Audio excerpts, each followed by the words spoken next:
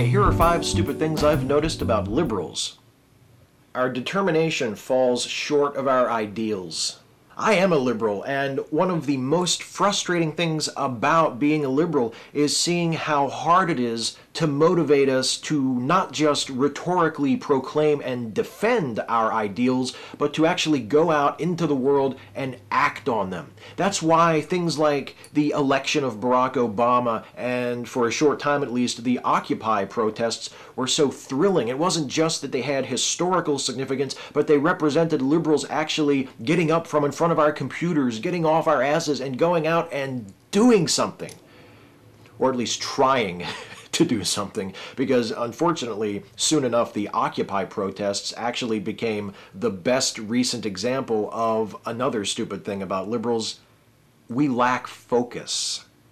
Compare the Occupy movement to the Tea Party. The Tea Party managed to dominate the political conversation in this country for years and get numerous candidates elected to state and federal offices. True, their influence has now waned, but they still command some grudging respect from the Republican Party establishment. The Occupy movement, on the other hand, generated some attention for a few months, but ultimately accomplished nothing and now essentially no longer even exists in this country in any meaningful way. Unlike the Tea Partiers, the Occupiers never set clearly defined goals for their movement, never showed any ambition to actually solve the problems they were protesting, and never gave anyone from outside of their movement any reason to give a shit about who they were or what they wanted, aside from passing curiosity. As that guy who played Hercules on TV and then turned out to be a right-wing asshole might say, disappointed. We embrace woo-woo and pseudoscientific scams. This one hurts. If we liberals don't like being stereotyped as a bunch of hippies, then we need to stop falling for this hippie bullshit. Alternative medicine, spiritualism, paranoia about GMOs and vaccines. These are all things that liberals seem far more prone to take seriously than conservatives do. And some of us can get downright judgmental about this stuff. Call me crazy, but I don't think it's the best idea to treat people who are skeptical of these sorts of things like unenlightened morons when so many of us liberals swallow this unscientific New Age bullshit whole.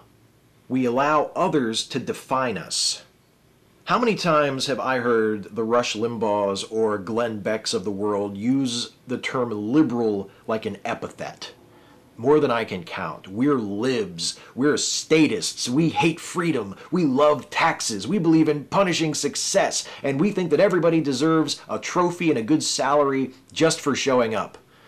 Now, recently, we have gotten a bit better at responding to this. Left-leaning politicians have grown bolder about calling out conservatives for their anti-gay, anti-woman, anti-science positions. But it still feels like the public perception of self-identifying liberals is far more defined by our political adversaries than by ourselves.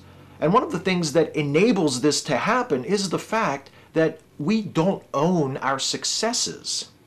Let's look at some of the positive changes brought about in the last 100 years as a result of the efforts of liberals. Social Security, Medicare and Medicaid, the Civil Rights and Voting Rights Acts, the legal recognition of same-sex marriages in 19 states and counting, and the passage of the Affordable Care Act. And that's just to name a few.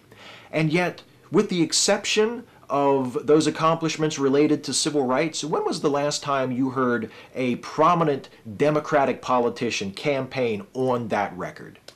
Now, a few of you, my fellow liberals, might point out that the Democratic Party is not a liberal party, but even if that's true, let's at least agree that it's the closest thing we've got to one in our two-party system at present. Alrighty? Most Democratic politicians act like they would sooner beg voters' forgiveness for supporting the Affordable Care Act than tout it as a major victory for their side and a foundation for further reform. And if our leaders are that afraid of being associated with their greatest political triumph in a generation, maybe it's no wonder the Occupy movement wound up going nowhere. The hardest part is only picking 5. Catch you next time.